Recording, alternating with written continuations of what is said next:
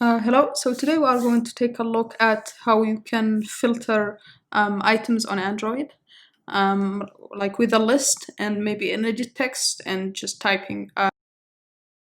So let's take a look at an example here. So I have just a list of items, let's say grocery store items, right?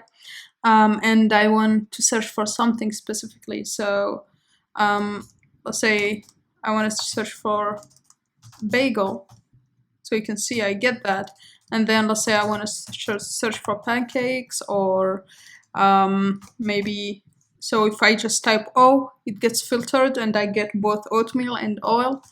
If I just type A, you can see here I get all the grocery items that contain A. So this is what we are trying to achieve here. So just as a prerequisite to do that, we need a list of items, we need an edit text, and we need to, of course, include the dependencies that we need.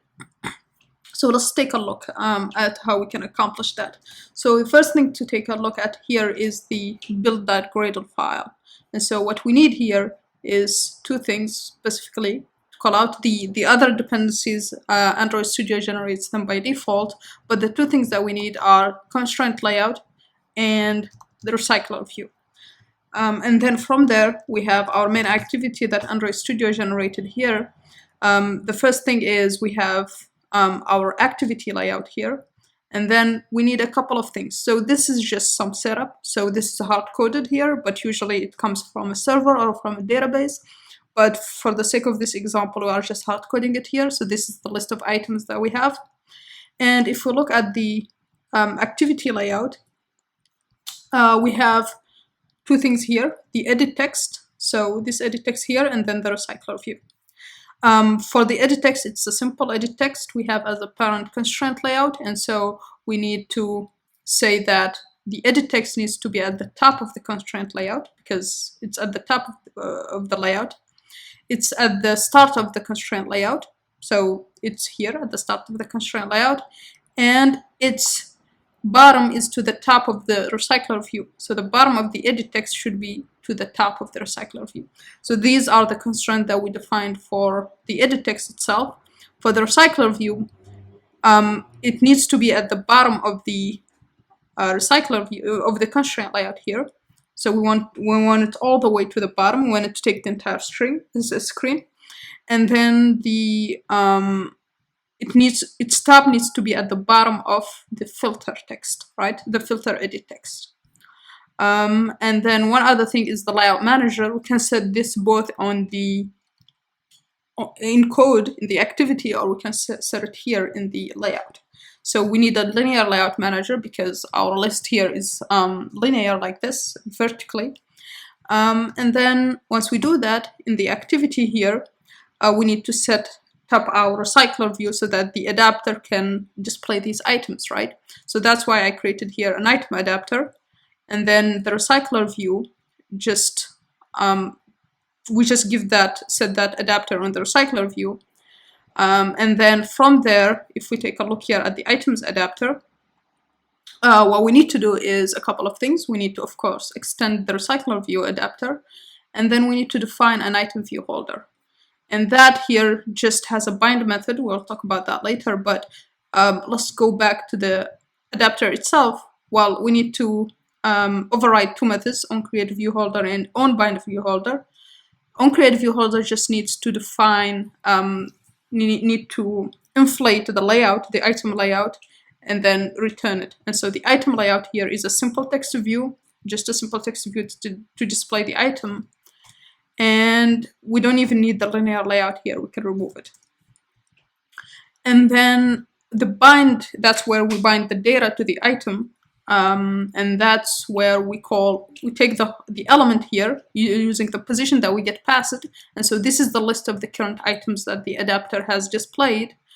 And then from there, we bind here, which means just we take the item data and set it on the item. So that's what we are doing here. If we had more things in the item here, like a description, maybe something else like the price, we should set that here. And then a couple of other things that the recycler view needs, like how many items are there. So that's the current items here. So far we haven't touched the filtering. This is just the setup for the list and for the recycler view. Now the filtering starts with this here, where we add a text change listener so that whenever we type something on the edit text, we can respond to that, right? Because whenever you add a new letter, we want to filter again, right? Or when you delete, we want to like filter again so we get an up-to-date. And when you clear everything, we want to return all the items in the list. And so that's what we are doing here with after text changed. When the text changed and the user finished typing that letter, we want to call a method to filter the items, right? And so what the filter items does is it just takes the list of data that we have, and then it checks if the title contains any of the text that the user inputted in the edit text. So if I type AG, it will check for each element in the list. It will check if its title contains that AG substring. If it does, it adds it to the list of filtered items. So once we are done here, we have all the items that match that input on the filter edit text. And then once we have that, we want to pass that to the list so that it gets updated and displays only those filtered items, right? And so that's the important part here. And that's where we use this variable current item. So you can see here it's a variable, so it's mutable. And so that means here, when we get a new list of filtered items, right, from the activity, we just replace so that we override the original list, and then we notify the adapter that the content changed so that it displays the filtered items. And that's pretty much it, essentially. So the main part here is having an edit text or a search view, if you want, to filter, to input the string to filter by, and then from there we just take our data, check what items of that list match what the user inputted, and then we tell the adapter display this, pretty much, and then we use the notify dataset change so that the adapter updates its content. So here, if you had like a network or a service, you could send this search query and then get the data back and then display that. And of course, in that case, you should not do that in the main thread. You should use whatever RxJava or coroutines or whatever mechanism you wish to not do this on the main thread. But the logic is still the same.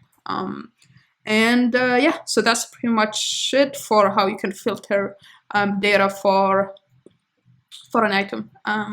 See you for a list of items or for any list you have in your application. Yeah, so that's it for this